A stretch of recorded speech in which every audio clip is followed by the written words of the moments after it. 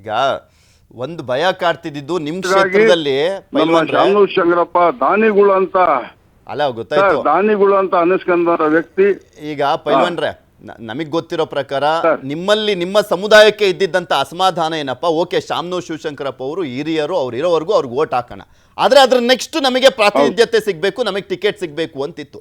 ಈಗ ನೆಕ್ಸ್ಟ್ ಅವರ ಮೊಮ್ಮಗಂಗೆ ಸಿಗ್ತಾ ಹೋಗುತ್ತೆ, ಅವ್ರೇನಾದ್ರೂ ಗೆದ್ರೆ ಸೋಲ್ಲಿ ಅವ್ರಿಗೆ ಸಿಗ್ತಾ ಹೋಗುತ್ತೆ. ಈಗ ಉಪಚುನಾವಣೆಯಲ್ಲೇ ಸಿಗದವರದು ಸಾರ್ವತ್ರಿಕ ಚುನಾವಣೆಯಲ್ಲಿ ಸಿಗುತ್ತಾ ಅನ್ನುವಂಥ ಪ್ರಶ್ನೆ ಇದೆ. ಮತ್ತೊಂದು ವಿಚಾರ, ಜಮೀರ್ ಅಹಮದ್ ಖಾನ್ ಅವರು ನಿಮ್ಮನ್ನು ಸಂಪರ್ಕ ಮಾಡಿದ್ರ, ಮಾತನಾಡ್ಸಿದ್ರ? ಮಾತಾಡ್ತದ್ರು ಸರ್, ನಮ್ಮ ರಾಜ್ಯದ ಮೈನಾರಿಟಿ ಅವರು ಮುಖಂಡರು ನನ್ ಕೂಟ ಸಂಪರ್ಕ ಇದ್ರು ಸರ್. ಪೈಲ್ವಾನ್ರೆ ನಿಮ್ಗೆ ಅಂತ ಹೇಳಿದ್ರು ಸರ್. ಹಾಗಾಗಿ ನಾನು ಬಂಡಾಯ ಕಾಂಗ್ರೆಸ್ ಹಾಕ್ದೆ ಸರ್. ಕಾಂಗ್ರೆಸ್ ಹಾಕ್ದೆ ನಾನು ಅರ್ಜಿಯನ್ನು ಶುಕ್ರವಾರ ದಿವಸ.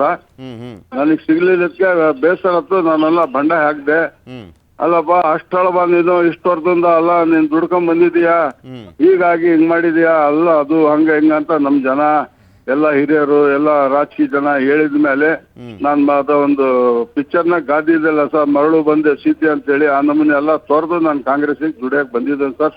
ಸಮರ್ಥಿಗೆ ನಾನು ಎಲ್ಲ ಪೂರ್ಣ ಎಲ್ಲ ಮುಸಲ್ಮಾನರ ಅಸಮಾಧಾನ ಆಧಾರನ ಎಲ್ಲರನ್ನ ಒಗ್ಗೂಡಿಸ್ಕೊಂಡು ಗೆಲ್ಸೋದು ನಮ್ದು ಅಷ್ಟೇ. ಪೈಲ್ವಾನ್ರು ಫೈಟ್ ಮಾಡ್ಲಿಲ್ಲ, ಬಟ್ ನಿಮ್ಮ ಸಮುದಾಯದಲ್ಲಿ ಇನ್ನೂ 13ರಿಂದ 14 ಜನ ಕಣದಲ್ಲೇ ಇದ್ದಾರೆ. ಹಾಗೆ ನಿಮ್ಮ ಸಮುದಾಯದಲ್ಲಿ ಕೂಡ ಸಾಕಷ್ಟು ಜನ ಬಿಜೆಪಿಗೆ ಹೋಗಿ ಜಾಯ್ನ್ ಆಗ್ತಾ ಇದಾರೆ. ಆ ಅಸಮಾಧಾನ ತಣ್ಣಗಾಗಿಸುವಂತ ಶಕ್ತಿ ಇದೆಯಾ ಪೈಲ್ವಾನ್ರಿಗೆ? ತಣ್ಣಗಾಗತ್ತಾ? ಅದೇ ವೋಟ್ಸ್ಗಳೆಲ್ಲ ಕನ್ವರ್ಟ್ ಆಗುತ್ತಾ ಕಾಂಗ್ರೆಸ್ಗೆ? ಸರ್ ತಾವು ಮಾಧ್ಯಮರಿಗೆ ಎಲ್ಲಾ ಅನುಭವ ಇದೆ, ಎಲ್ಲಾದು ದಾರಿ ಇದೆ. ಬಿಜೆಪಿ ಬಹುಟ ತಗೊಂಡ್ ಅಡ್ಡಾಡಿದ್ರು ಹಾಕದೆ ಕಾಂಗ್ರೆಸ್ ಸರ್. ಓಕೆ, ನಮಗ್ ಗೊತ್ತಿರಂಗ ಸರ್. Okay okay